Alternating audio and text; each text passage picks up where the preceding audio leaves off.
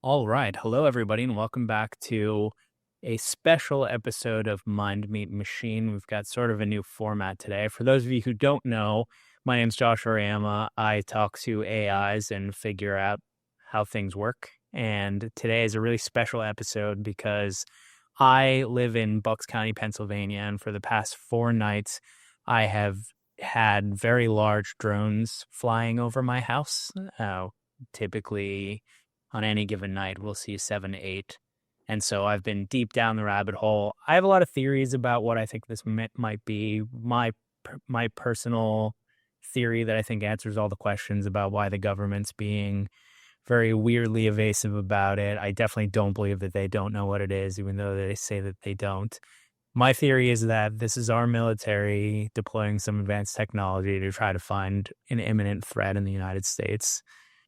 It answers all the questions about why they have FAA lights, why they're clearly lying to the public about not knowing what they are.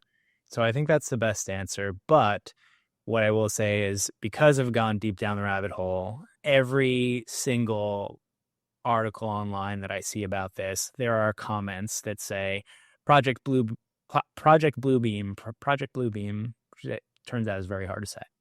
And I didn't know what that was. So I did some Googling to try to find it. And it's actually pretty hard to find. First of all, it's like impossible to find the original source. It's really hard. Every .edu that has the original PDF linked is gone. It doesn't work. So I had to actually use an alternate search engine to find the original source document, which is in French. And what I did there is I uploaded it to Google's Notebook LM, how to translate it, and then it's going to put together a podcast here. And they have a new format where I can actually join the podcast. So I'm very excited to try that out, see how it goes as a new format for me. Welcome feedback, but this is a pretty cool feature, and I'm really glad they added it because I think it's actually a great format for my Meat Machine, something that I've been missing a little bit. The other thing I wanted to say is after going down the rabbit hole on this, I'm not sold on it by any means. I don't think it's actually a thing. I think my explanation makes a lot more sense, but I still wanted to know what it was. And I wanted to make this video because I looked at a bunch of YouTube videos that purportedly would explain it, and I don't think they did a good job at all. I looked at a lot of videos, and I still didn't really understand what it was. So I did track down the original source document. I did distill it. This podcast should explain what it is. I also gave the podcast a little bit of context about what's going on in New Jersey and the Eastern Seaboard right now with respect to the drones. So they may mention that, and we'll probably talk about that. But with that, let's kick it off. All right, let's dive into some seriously weird stuff today. Project Bluebeam. Oh, yeah, this one's a doozy. It claims NASA is going to fake an alien invasion. Right, like a full-blown Close Encounters of the Third Kind alien invasion thing. And, with all this going on the East Coast, I was just thinking that. those drones, the government saying they don't know anything. It makes you wonder. This theory is suddenly feeling less out there, don't you think? It really does tap into those anxieties we all have. Definitely. Especially now. People are looking for answers. Of course. And sometimes those answers lead right to conspiracy theories. Well, let's not get ahead of ourselves before we say it's aliens. Good point. Let's break down what Project Bluebeam actually is. Agreed. What are we really dealing with here? Because it's not just some random UFO sighting, right? Oh, no, it's much more elaborate than that. It's a whole multi-stage production. Is that the right word? Yeah, production. I like that. Okay, so tell me, what's the deal with Project Bluebeam? Well, the theory came from this guy, Serge Mona. Okay. He was a Canadian journalist. Back in the day. Yeah, back in the 90s. The 90s. He was investigating government conspiracies. So, like, pre-internet. Basically, pre-spread internet, at least. Before everything was online. Yeah. So how did he even spread this information? Well, he wrote this document outlining the stages of Project Bluebeam. Stages? Okay, so there's a plan. Oh, hey, I think our listeners got something to say.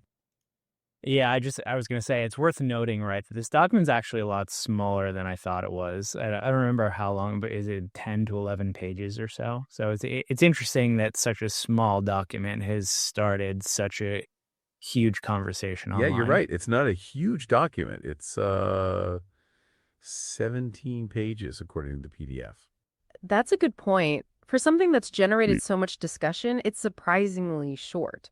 It's interesting how something so concise can spark such a big online movement. Like it makes you wonder what the source is and the truth about this guy, Serge Monist. Well, we were about to get into that a bit more, actually. He was a Canadian journalist, as we said, and he was investigating. Yeah, exactly. So it was like pre-widespread internet.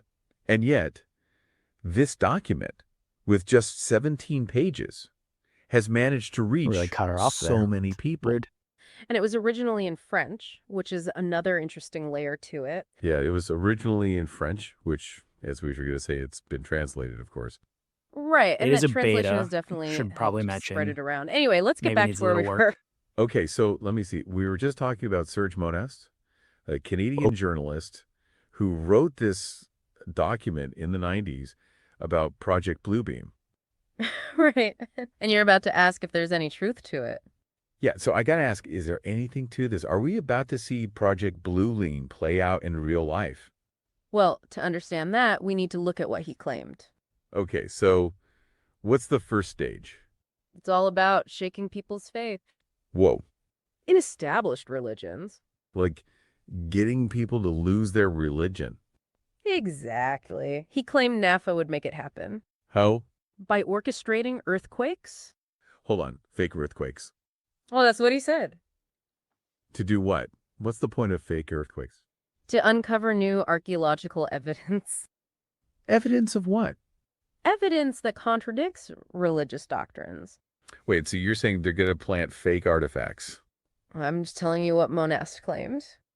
Oh, yeah, let's hear it. Is the ordering important? I'm assuming that phase 1 implies that phase 1 happens before phase 2. I'm asking because that's not something that I've heard has happened. So does that mean that we shouldn't theoretically be at phase 2 according to this document? That's a really important question. According to the document, yes, the order is absolutely critical. Yeah, like the whole thing is supposed to unfold step by step. It's not just a random collection of events. What's fascinating here is that the text explicitly outlines a 4-stage process, each building upon the last. And you're right, the first stage does seem like it would have to happen before the second one could really work. Exactly. We just went over it. The first stage is all about undermining faith by faking these archaeological discoveries. Right, and if that hasn't happened, then according to the theory, we shouldn't be seeing the second stage of the holographic Messiah yet.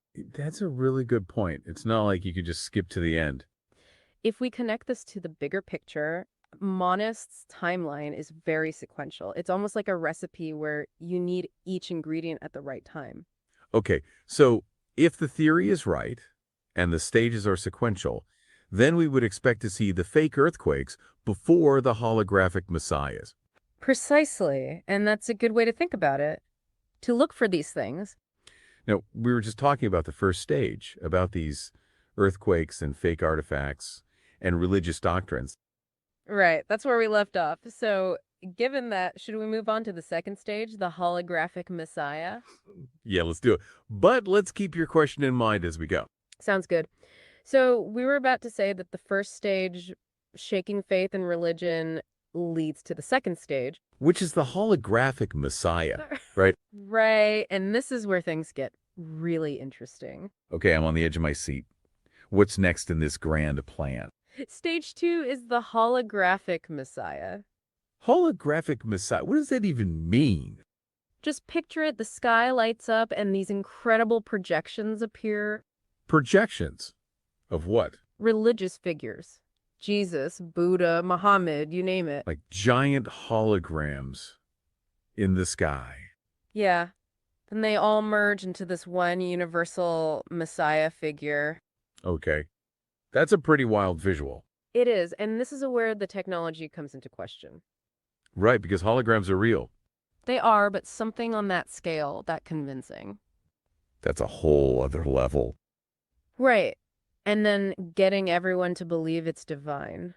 That's the real trick, isn't it? People are skeptical, especially. I don't know. I mean, so a couple of thoughts on that. One is we've already seen very complex drone light shows happening. The Disney Wish just launched recently, and the drone show that it puts on is absolutely phenomenal. And I could 100% see that people would be terrified by a show of force like that, especially if it came with sound effects and was even more futuristic than what we're seeing. I think we're seeing right now with these drones that are flying around that we have some pretty advanced technology that we didn't know about. So I think that's actually plausible. And what I would say is is that I don't think people actually are that skeptical. I think that people are willing to believe some pretty outlandish stuff. Yeah, that's a really interesting point, especially about the drone shows. We've been talking about how this theory seems so far-fetched. And what's fascinating here is the source material actually does touch on the idea of using projections in the sky, much like those drone shows you're describing. Oh, wow. I didn't realize. You're right. The document actually describes this second phase of Project Bluebeam as a big show in the sky, using three-dimensional holographic images.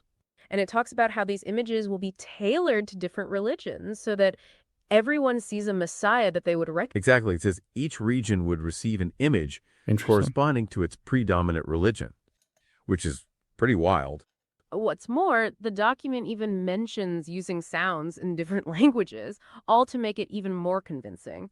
That could definitely amplify the fear and awe of this kind of event, like you were saying. Yeah, and you're right. People are definitely not as skeptical as you'd think. I mean, if it looked and sounded real, it's easy to get swept up in the moment. We were going to talk a bit more about the plausibility of the technology in a bit, but we can touch on it now. And you're right to point out that it's not just about the images, it's about the sound effects, too. The document mentions using So basically, they could be using sound to amp up the emotional impact of these holographic projections. That's pretty crazy. It really is, which ties into your point about people being willing to believe wild stuff. It's all about creating a convincing and overwhelming experience. Okay, so we were just talking about the holographic messiahs and the tech involved, and now we're getting into the idea that, like, maybe this isn't as crazy as it sounds. Right. So let's move back to the plan and talk about the next phase where things take an even stranger turn. Okay, so let's move on. It's time for the voice inside. Right. Which is the third stage in the plan. Real, the voice inside. Okay, now you've got me creeped out. What is that? Monis claimed they would use these E-ELF, VLF, and LF waves. Those are radio waves, right? Exactly. To communicate telepathically with people? Wait, hold on. Telepathy. Like reading minds. Not exactly. More like putting thoughts into people's You're minds. saying they can control what people think. Not control, but influence. Making people believe their God is speaking to them. Okay, so we're not just talking about holograms anymore. Now we're talking mind control. That's the claim. Is there any science behind that? Well, there has been research into electromagnetic fields and the brain. But they actually implant thoughts. Oh, yeah, uh-huh. I was just gonna say, and again, like, you have to take everything you hear with a grain of salt, right? I saw this TikTok earlier where this woman was saying that her husband was coming back, who's driving home from New York to, I think they lived in Jersey. And while they were talking on the phone, and they had a lull in their conversation, and she heard her own voice say something, and she obviously didn't say it. Her husband heard the same thing and actually started talking to her as if she said that. And then she said she heard something basically in her own car say something. So that is something that I've heard that, like, again, I don't know if I believe it. Oh, and I forgot to mention, almost immediately thereafter, her husband sees a drone. So I feel like it's worth mentioning. Again, super skeptical, but worth calling out. Yeah, that's a pretty wild story. And it totally fits with what we're talking about. You know, the document we're looking at actually talks about using these kinds of frequencies, these ELF, VLF, and LF waves, to create auditory hallucinations.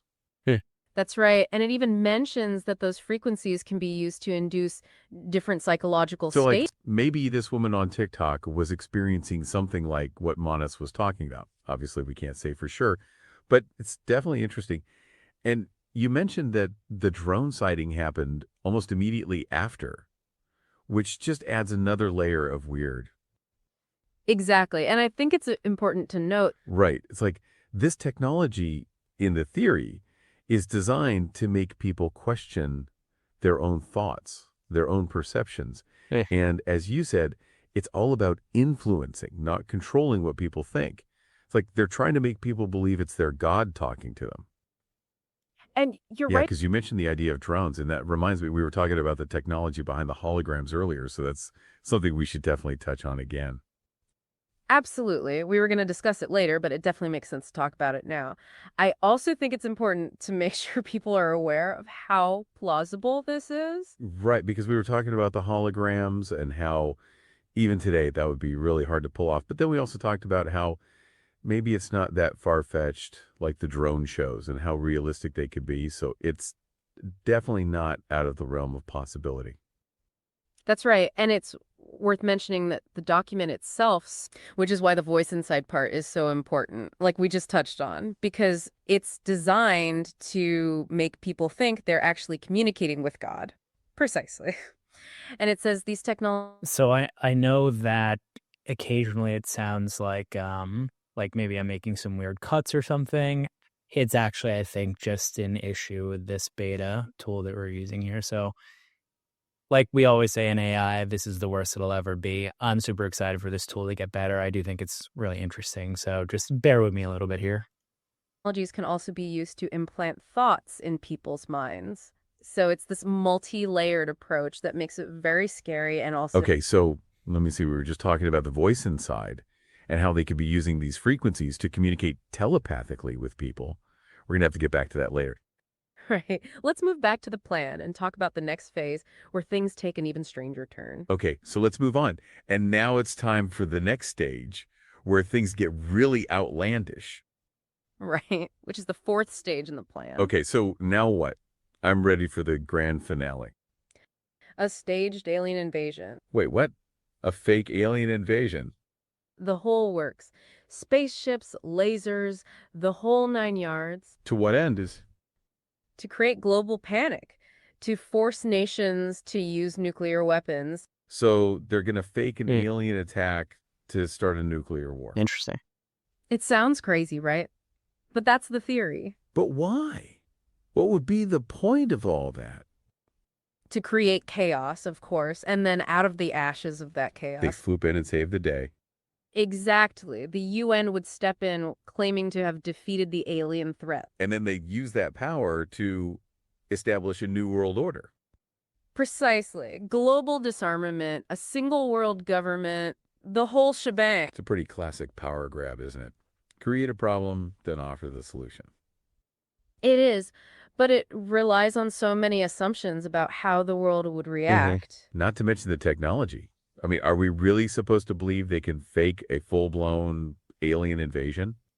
It does seem pretty far. Go for it. I mean, so again, classic disclaimer about things that I'm skeptical of when I see, but there appears to be several different things in the skies right now. Huge, huge groups of 50 plus orbs making their way in really weird patterns. There are videos of orbs interacting with the drones. I saw one last night where seems like it deactivated one of the drones and it just shot straight down. So I don't know.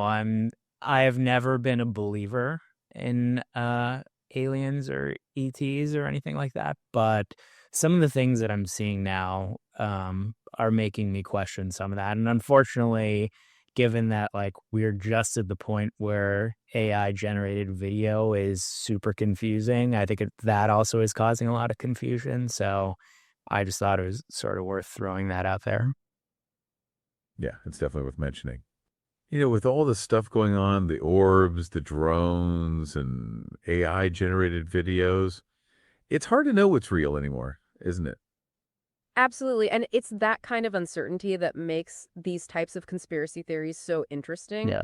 We were just discussing the staged Well, it's interesting you bring that up because we were just about to talk about how this theory relies on a lot of assumptions about how people would react. And you're right, these sightings of orbs and drones are definitely adding to the confusion, especially with the way that they can manipulate video now. It makes you wonder what is real and what. Yeah, and it's like you're saying, it's hard not to connect the dots, especially with all the stuff in the skies right now, like the orbs and the drone deactivation you saw.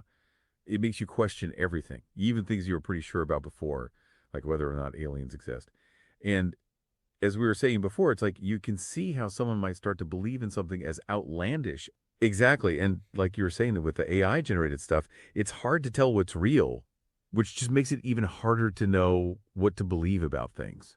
We're about to talk about the plausibility of this alien invasion and the tech required to do it, but we can definitely touch on that now.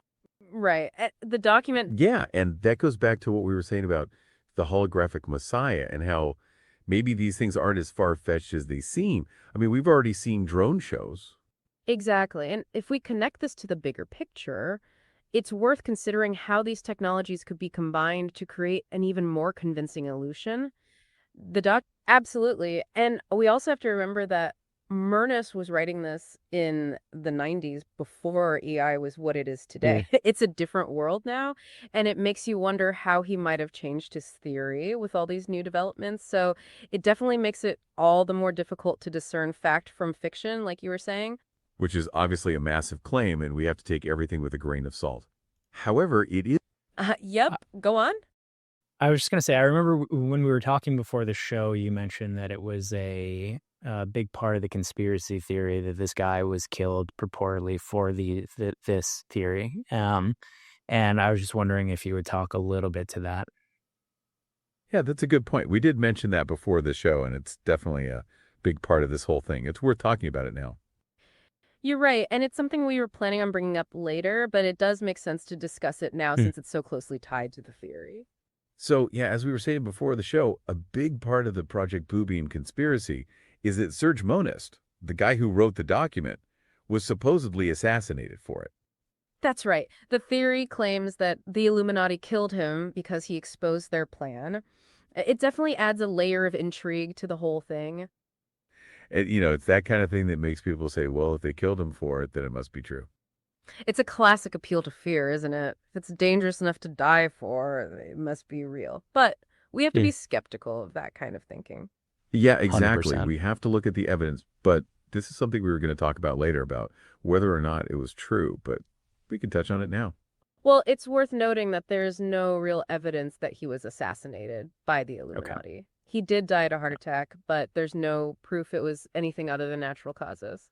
A Right. lot of And people it's die from interesting heart to see attacks. how that part of the story has added to the mystique of this document. That even though it's just a 17-page document, it has this story surrounding it. And the whole thing makes people say, well, maybe there's something to this. It's a common tactic for conspiracy theories to add a dramatic backstory to make it. So it's something we should definitely take with a turn of salt. Like we said earlier, it's important to be skeptical of Turn of salt. everything you That's a new hear, one for even me. when it's coming from us. Absolutely. And with that, let's get back to where we were. We were just about to talk about the plausibility of this whole alien invasion thing. Okay, so we were talking about the fourth stage, fake alien invasion, and now we're going to talk about the plausibility of this whole thing and if this could even happen. Right. So we've talked about the four stages from shaking faith to the holographic messiah, the voice inside your head, and finally a staged alien invasion. Which, if you think about it, it's a pretty classic villain move. You cause chaos and then swoop in as the savior. It is. And the document itself says that the UN will take control after this staged alien invasion and create a single world government, using that to enforce a new world religion. It does. And we also mentioned that the plausibility of the technology was also questionable, that even with the advancements we've seen, it's hard to believe that they could fake a full-blown alien invasion. Right. So that's a big flaw right there. And that brings us back to where we were with that question, is there anything to this? It's like something out of a movie. But the question Is any of this possible? That's what we have to ask, yeah. We have talked a bit about the tech involved, but how likely is it really? Well, I mean, we've seen how far drone shows have come and holograms are real, but could they really do this on a global scale? That's where the skepticism comes in. I think that while these individual technologies exist, we aren't yet at a point where you could merge them all together. Oh, yeah. Uh-huh. I don't know. I'm pretty skeptical of that. I could definitely say, like, especially given that my assumption right now is that we have these super advanced drones flying around the sky that seem to have the ability, I'm assuming, to detect gamma radiation at super long lengths. They are clearly invisible to radar and several. They're using super advanced technology. So, like, I am convinced that's a fact now. I think that theoretically this could be done. Where I get very skeptical is the point that you brought up before, which was assuming that the end result of a nuclear war would be that the UN could swoop in and take control of everything. That's where, to me, it seems like there's too many assumptions that any reasonably intelligent person should not be satisfied with. Yeah, that's a really insightful point. You're right. We've been talking about the tech and how it seems like it could be possible to fake this invasion, but the part about the UN swooping in and taking control, that's where it starts to fall apart. Right. It's like, even if they had the technology to do it, there's no guarantee that a nuclear war would actually end. What's fascinating here is the source material does assume that everyone would just fall in line after a staged alien invasion. It Yeah. completely ignores the complexities of global politics and the fact that there are so many different countries with their own agendas. Exactly. It's like they're assuming everyone would just agree to be ruled by the. Yeah, it assumes that every nation would be willing to give up its sovereignty without any resistance, which is frankly absurd.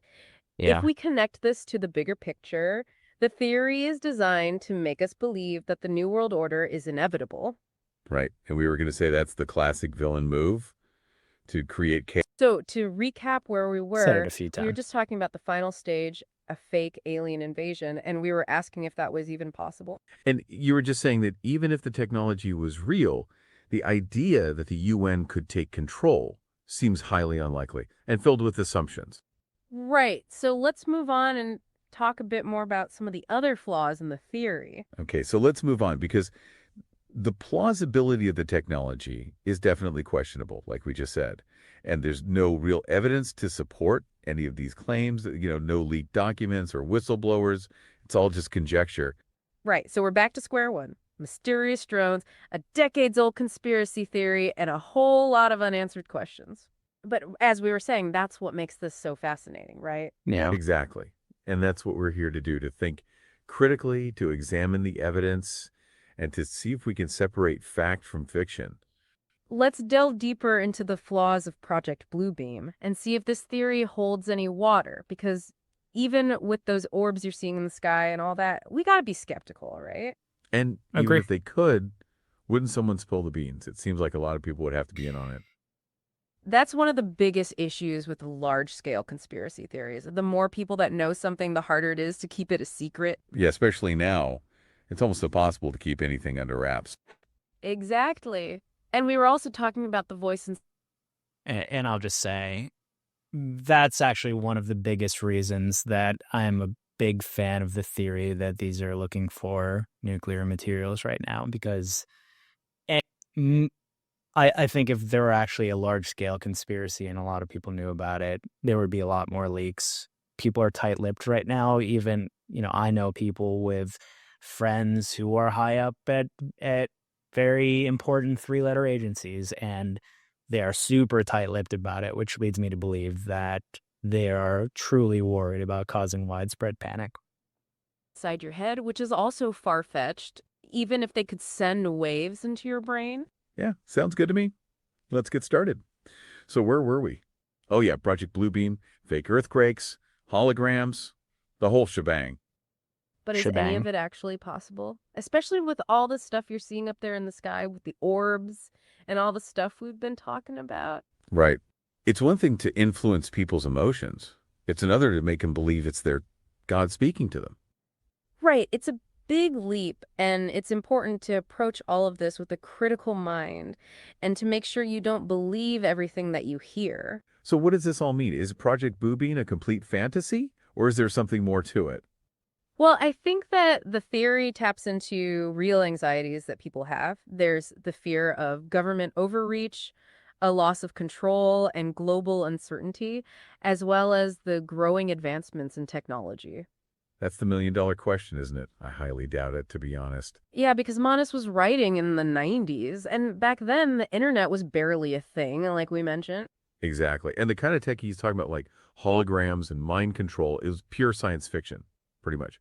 So to think NASA had that capability back then seems pretty ridiculous. Right, and even today, it's a big leap.